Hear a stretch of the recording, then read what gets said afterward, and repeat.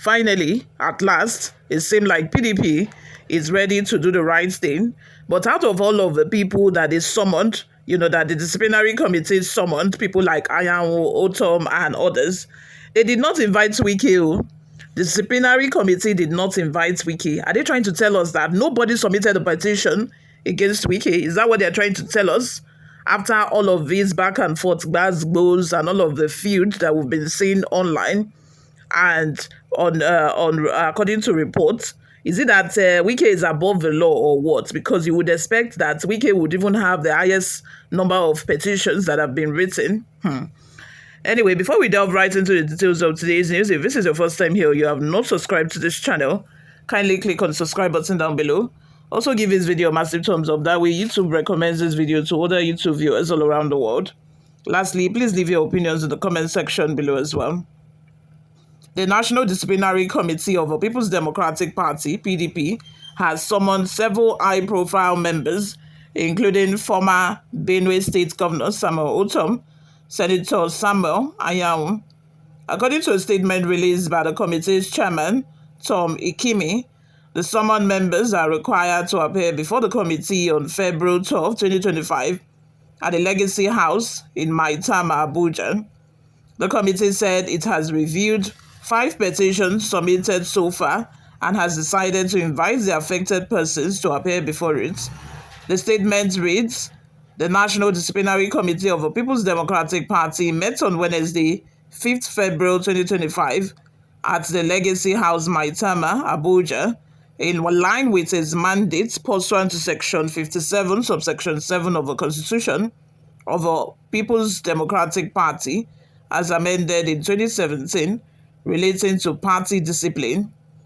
The National Disciplinary Committee considered 5 petitions received so far, and following a detailed review of the petitions, noted that the first set of petitions were against some key members of the National Working Committee, NWC. The committee came to the conclusion that in order not to jeopardize the ongoing reconciliatory efforts of a Governors Forum and the Board of Trustees, took a decision to step down those 3 of the petitions against the top NWC members.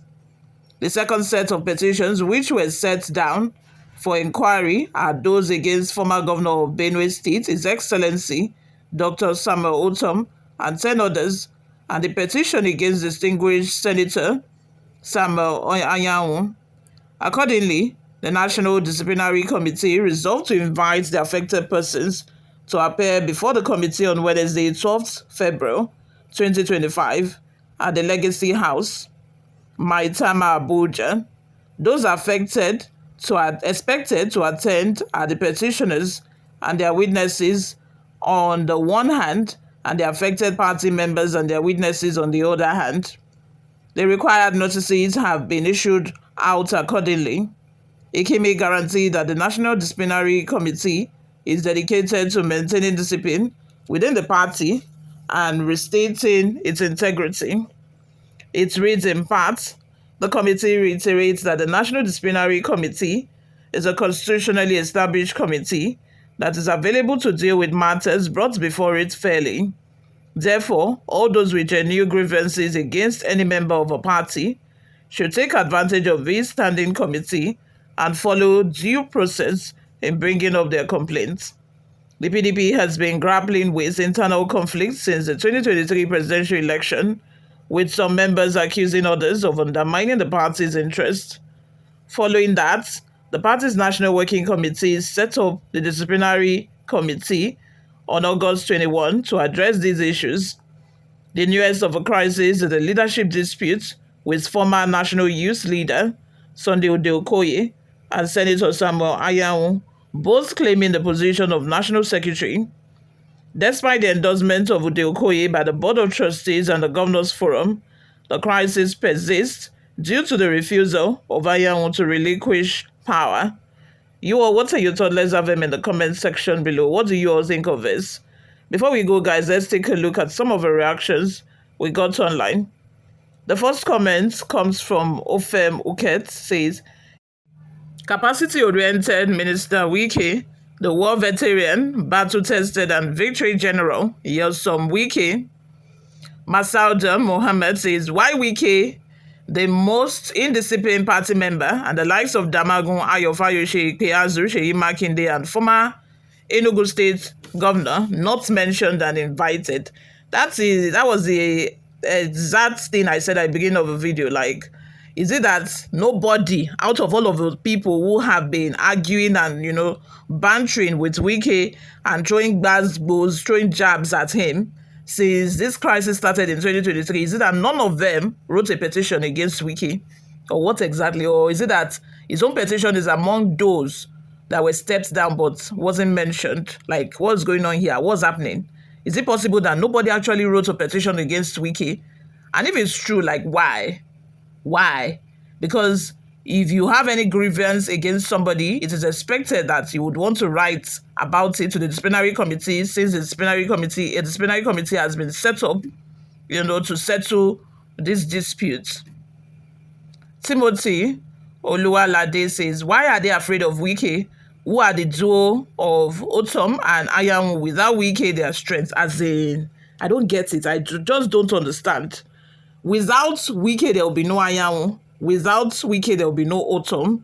So these people, the one person that is behind them, pushing them, encouraging them on in all of the conflict that they have been involved in is Wike. And that same person was not even petitioned. Isn't that shocking? Michael Okoye says, this set of people called PDP are never serious. Ordinary man on the streets knows where the problems are, but instead they are pursuing shadow. May God help them. Like an ordinary average man, a Nigerian that is not even involved in politics, know where their problem is emanating from. But they seem to be very blinded. They seem to be very blind to this fact. Ihialo Emmanuel says, it's quite unfortunate PDP are pushing shadows. Instead, inviting the fresh animals, you are busy running around crap. Wike remain the political warlord. Dozier says, if PDP is really serious to deal with the internal crisis working the party, they should be bold enough to wield the big stick or hammer against Wike for working against PDP. Paulina says, remove the rotten corn among the good ones to avoid more rotting in future before farming time is at hand. True talk. Frank says, it's often said that it's who you are sure of defeating that you invite for a wrestling match. Very valid point.